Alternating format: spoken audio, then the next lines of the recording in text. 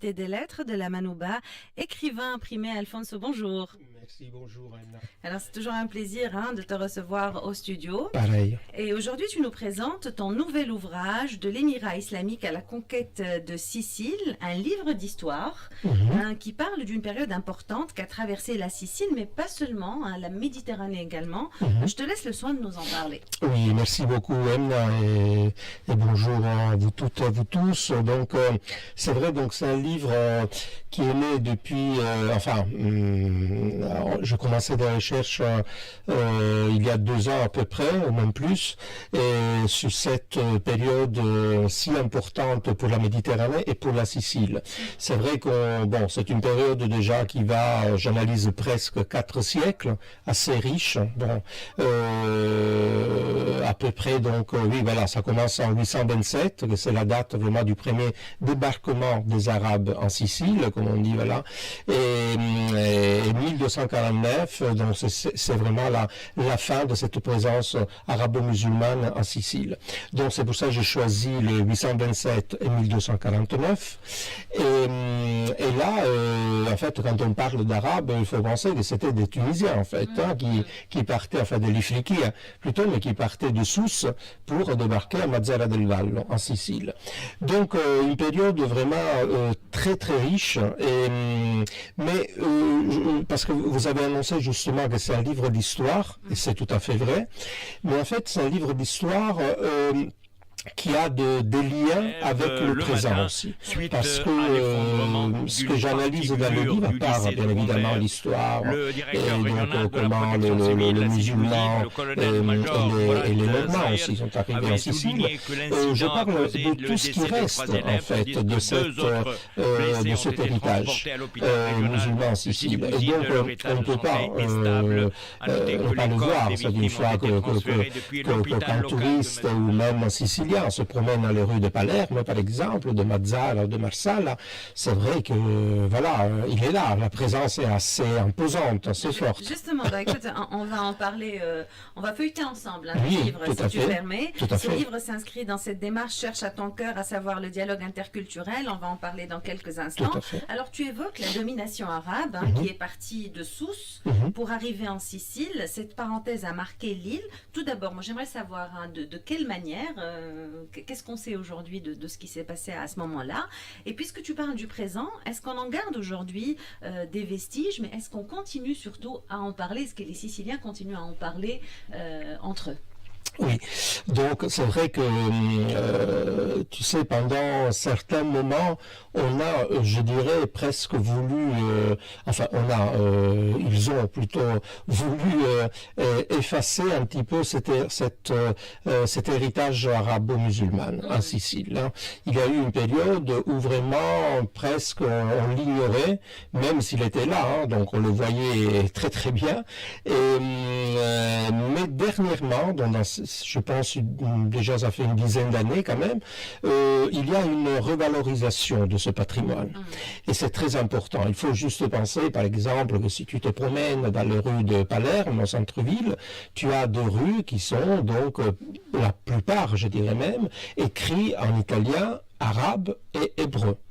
Et ça parce que en fait justement Palerme continue à avoir d'ailleurs à donner cette image de rencontre, de civilisation, de langue, de religion, etc. Et donc, oui,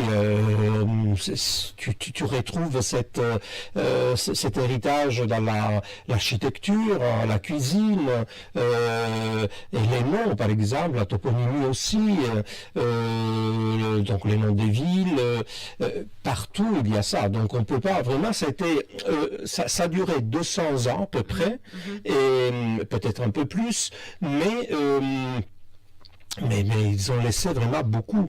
Et donc, ce départ qui était après, depuis Sousse, comme je disais tout à l'heure, mais aussi avec des Berbères qui sont arrivés en Sicile, voilà, ils ont occupé l'île, la grande île, parce qu'après, la première île, c'était Pantelleria, qui déjà porte un nom arabe, parce qu'en fait, c'est Bentelleria, excusez-moi la prononciation, mais fait la fille du vent ou des vents, etc., c'est ça.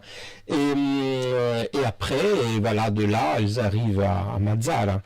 Donc, c'est vraiment, d'ailleurs, la pointe la plus proche, la ville la plus proche en Sicile. Alors, tu le sais, Alphonse, on a tous un lien particulier affectif aussi avec le passé, hein, de là où on vit, de là où on habite, que ce soit un pays natal ou un pays d'adoption. Nous, par exemple, avec la colonisation, ou ce qui s'est passé après, ou ce qui s'est passé avant. Alors, les Siciliens aujourd'hui, ils pensent quoi de cette parenthèse-là, de la domination arabe? Mais je pense qu'ils pensent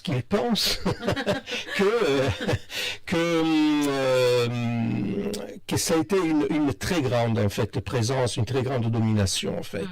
Comme je disais tout à l'heure, en fait, on a voulu un petit peu ne pas voir ça. Et là, on se rend compte que c'est quelque chose que ça a été quelque chose de très important. Donc, en fait, voilà, il y a cette révalorisation et en même temps, quand on pense aussi à l'agriculture, à la langue, hein, par exemple, la langue sicilienne, la langue arabe, tunisienne, etc. Voilà, donc en fait, maintenant, il y a cette, voilà, c'est ça, là, c'est cette valorisation et je pense qu'elle est assez appréciée maintenant. Voilà. Donc, surtout peut-être... Bon, même parmi les jeunes, etc., savent très bien en fait d'où on vient. Parce que... Et les illustrations accompagnent tout ce que tu viens de dire, accompagnent le lecteur. On peut justement découvrir la monnaie, par exemple. Qu'est-ce qu'on peut dire sur la photo de la monnaie, le tari, voilà. Tarin, oui. Oui, voilà. Mais là aussi, sur la monnaie, en fait, voilà, c'était la monnaie arabe, en fait, c'était en or, et donc c'était qui circulait en fait en Sicile. Et qui avait une importance vraiment, comment dirais-je, ça veut dire dans le commerce, elle était très utilisée. Et d'ailleurs, les taris après étaient écrits aussi en arabe.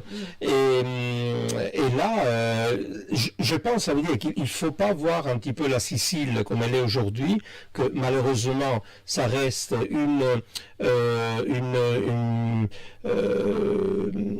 elle a un peu un rôle un peu limité, si tu veux, voilà, un peu parce que périphérique par rapport à l'Europe, mais il faut voir un petit peu la Sicile à l'époque, en fait, parce qu'elle occupait une place vraiment très très importante. Bon, déjà par sa position géographique, bien évidemment en tant qu'au centre de la Méditerranée, mais surtout elle était au centre du commerce. Donc quand on parle de Sicile de l'époque et la Sicile de maintenant, c'est vrai qu'il y a une très très grande différence au niveau d'importance, comme elle était perçue surtout. Donc la monnaie qui était en or, dont je répète, le tari était vraiment une monnaie qui était assez utilisée et qui avait vraiment une très très grande importance. Alors le livre est divisé en deux parties, la domination arabe, je crois qu'on en a parlé là, et puis la présence normande en Sicile. Si on parlait quand même un tout petit peu de ce deuxième chapitre. Oui. Alors vous savez, il y a une chose, quand j'ai commencé à écrire ce livre, je me suis posé une question. Est-ce que nous sommes encore capables de vivre ensemble avec toutes nos différences religieuses, culturelles, etc. Et donc c'est ça que vous avez dit d'ailleurs au début, le livre est un peu un hymne, si on veut, au dialogue interculturel. Et pourquoi je dis ça? Parce qu'en fait, l'époque arabo-normande, qui d'ailleurs se sont suivis les deux, donc chronologiquement. L'époque normande a été encore peut-être plus importante que celle arabo-musulmane, parce qu'elle a su récupérer un petit peu tout ce qu'il y avait de bien en fait de la domination précédente, et de utiliser ça, de l'utiliser et de mettre ensemble tout ce qui était donc le savoir-faire donc des musulmans et des gréco-byzantins. N'oublions pas, parce que avant l'arrivée des Arabes, il y a des gréco-byzantins qui sont en Sicile. Et Donc, vous savez, les Normands, les Arabes, ils ont fait ça. Et les Normands, ils ont su en fait utiliser les deux précédentes présences en Sicile. Donc sur les Normands, il y a beaucoup, par exemple, quand on pense au roi Roger II de Hauteville, Roger II il parlait arabe couramment, par exemple. Et il a continué tout ce qui avait déjà été commencé par les Arabes, par les musulmans. Donc chacun était libre de professer en fait de sa propre religion, de pratiquer sa propre religion. Il y avait des tribunaux, même pendant l'époque chrétienne normande, qui étaient des tribunaux par exemple islamiques, encore qui continuent en Sicile. Donc vous voyez, c'est vraiment l'époque, moi je dirais l'âge d'or de la Sicile. C'est vraiment ça. Parce qu'après malheureusement on a eu une époque assez compliqué avec l'arrivée des Espagnols, etc. Et là, on assiste vraiment à la fin, on peut dire, de cette île, en fait. Voilà. Alors, comme je le disais au début, ce livre s'inscrit dans cette démarche chère à ton cœur, Alfonso Campisi, à savoir le dialogue interculturel. Tu es beaucoup l'ambassadeur de ce dialogue, ou un de nos ambassadeurs. Est-ce que tu penses que l'humanité a ou aurait tendance à oublier l'histoire, à oublier cette proximité, à oublier ces échanges-là? Eh ben, tout ce qu'on voit aujourd'hui, c'est vrai que même le plus optimiste devient pessimiste. Moi, que je suis un optimiste, vraiment, je vois toujours... voilà, là, vraiment, je sais, tu sais, c'est assez compliqué. C'est une époque assez compliquée dans laquelle nous vivons. Voilà, des guerres, tellement de choses que bon, il faudrait prendre, comment dirais-je, il faudrait prendre un petit peu exemple de ce que nous avons en fait, ce que nous avons eu, surtout en Sicile, quand on pense à tout ce qu'on a eu en fait, c'était tellement beau, tellement riche, et là, voilà, après tu as tous les problèmes qu'on connaît, même en parlant du racisme, donc voilà, mais il faudrait, je pense, prendre exemple de ça, mais les gens, je sais pas, ou ils connaissent pas, ou ils ignorent peut-être ça, voilà, donc c'est un peu... Alors c'est un livre d'histoire, mais qui ne s'adresse pas uniquement aux historiens.